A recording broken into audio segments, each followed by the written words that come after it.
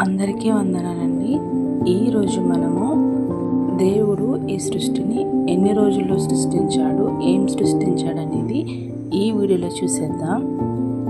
ఆరంభంలో దేవుడు విశ్వాన్ని చేసినప్పుడు భూమికి ఒక ఆకారం అంటూ ఏమీ లేదు, అంతా చీకటిగానే ఉండేది. అప్పుడు దేవుడు వెలుగు కలుగునుగాక అని పలికాడు. అప్పుడు వెంటనే వెలుగు కలిగింది. అది చూసి ఆయన చాలా సంతోషించాడు.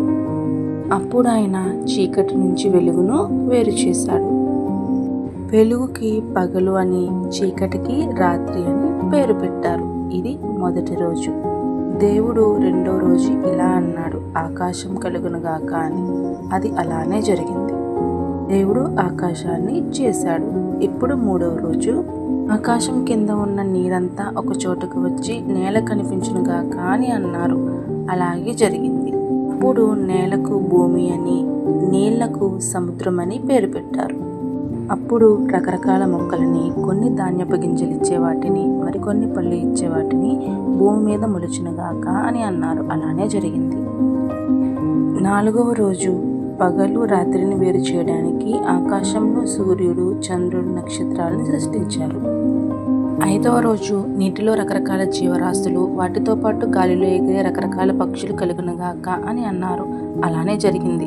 వాటిని దేవుడు ఆశీర్వదించాడు.